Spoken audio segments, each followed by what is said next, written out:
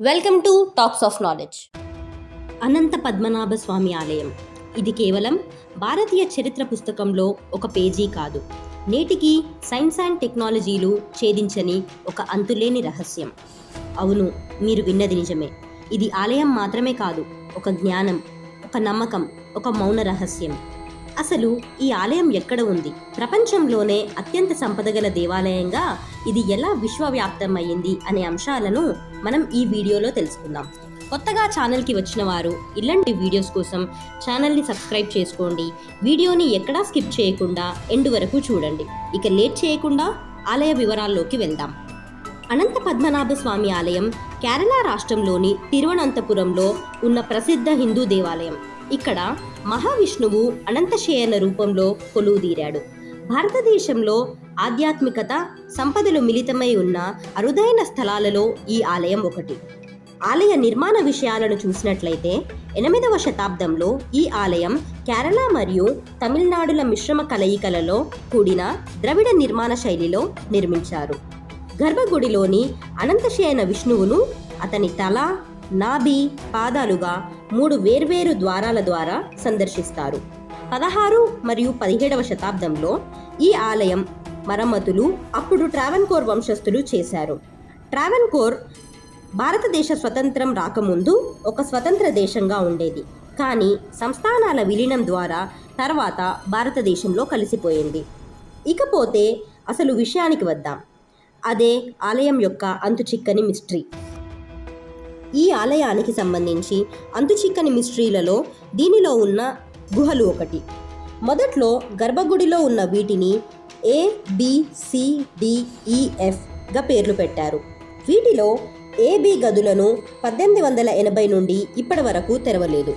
2011లో ఆలయ నిర్వహణ సరిగ్గా లేదని, ఆలయ సంపద గురించిన వివరాలను లెక్కించాలని సౌందర్ రాజన్ అనే వ్యక్తి సుప్రీంకోర్టులో పిటిషన్ వేయగా, దీనికి ప్రతిస్పందనగా సుప్రీంకోర్టు 7 సభ్యులతో కూడిన ఒక కమిటీని నియమించింది.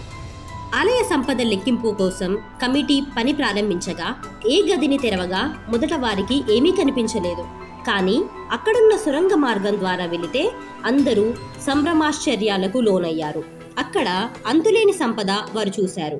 దీన్ని లెక్కించడానికి సుమారు 4 నెలల సమయం పట్టింది. దీని విలువ అక్షరాల కొన్ని లక్షల కోట్లు. అవును, మీరు విన్నది నిజమే. అంకెలకు కూడా అందనంత సంపద అక్కడ పోగయింది. ఆ తరువాత బి గది ఓపెన్ చేద్దామని ప్రయత్నం చేశారు. ఇక్కడ అసలు స్టోరీ ప్రారంభమయ్యింది. ఇది ఓపెన్ చేయడం అంత ఈజీ కాదని వారికి అప్పుడు అర్థమైంది. దాని ద్వారానికి కాపలాగా నాగబంధనం ఉంది. అంటే అథర్వణ వేదం ప్రకారం నాగబంధనం అంత సులువుగా ఛేదించలేము. పూర్వకాలంలో రాజులు సంపదను జాగ్రత్తగా దాచుకోవడానికి దీన్ని ఉపయోగించేవారు. దీనికి విరుగుడ గరుడ బంధనం. కానీ ప్రస్తుతం దాన్ని తెలిసిన వారు ఎవరూ ప్రాణాలతో లేరు. ఈ గదిని ఓపెన్ చేయడానికి 2011లోనే ప్రయత్నించారు. కానీ 7 కమిటీ సభ్యులలో ఒకరి తల్లి చనిపోయింది. అదే సమయంలో పిటిషన్ వేసిన సౌందర్ రాజన్ కూడా చనిపోయారు. 2018లో ప్రయత్నించగా మొత్తం కేరళ రాష్ట్రమే వరదలలో మునిగిపోయింది. సంపద లెక్కింపుకు వెళ్ళిన వారు ఈ గది నుండి పాములు, అలాగే సముద్ర అలలతో కూడిన విచిత్ర శబ్దాలు వస్తాయని తెలిపారు. కానీ ఆ గది వెనుక ఉన్నది అంతులేని సముద్రమా లేక సముద్రమంత నిదా అనేది ఆ దేవుడికే తెలియాలి. 2011లో సుప్రీంకోర్టు ఆదేశాలతో ఈ ఆలయ గుహలను తెరిచినప్పుడు ప్రపంచంలోనే అత్యంత ధనిక దేవాలయంగా ప్రకటించబడింది. అంతకుముందు వరకు తిరుపతిని ధనిక దేవాలయంగా పరిగణించేవారు. ఇది ఇలా ఉండగా గుడి నిర్వహణ హక్కు 1947 తర్వాత ట్రావెన్కోర్ రాజవంశం వారు ఈ గుడి పరిపాలనను చూస్తుంది. కానీ 2020లో సుప్రీంకోర్టు దీన్ని తోసిపుచ్చింది.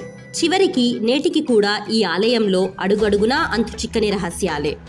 ఈ ఆలయాన్ని మానవులు నిర్మించినా కూడా ఇక్కడ గాలిలోని ప్రతి అణువులో ఆ దేవుడే ఉన్నాడని అనిపిస్తుంటుంది.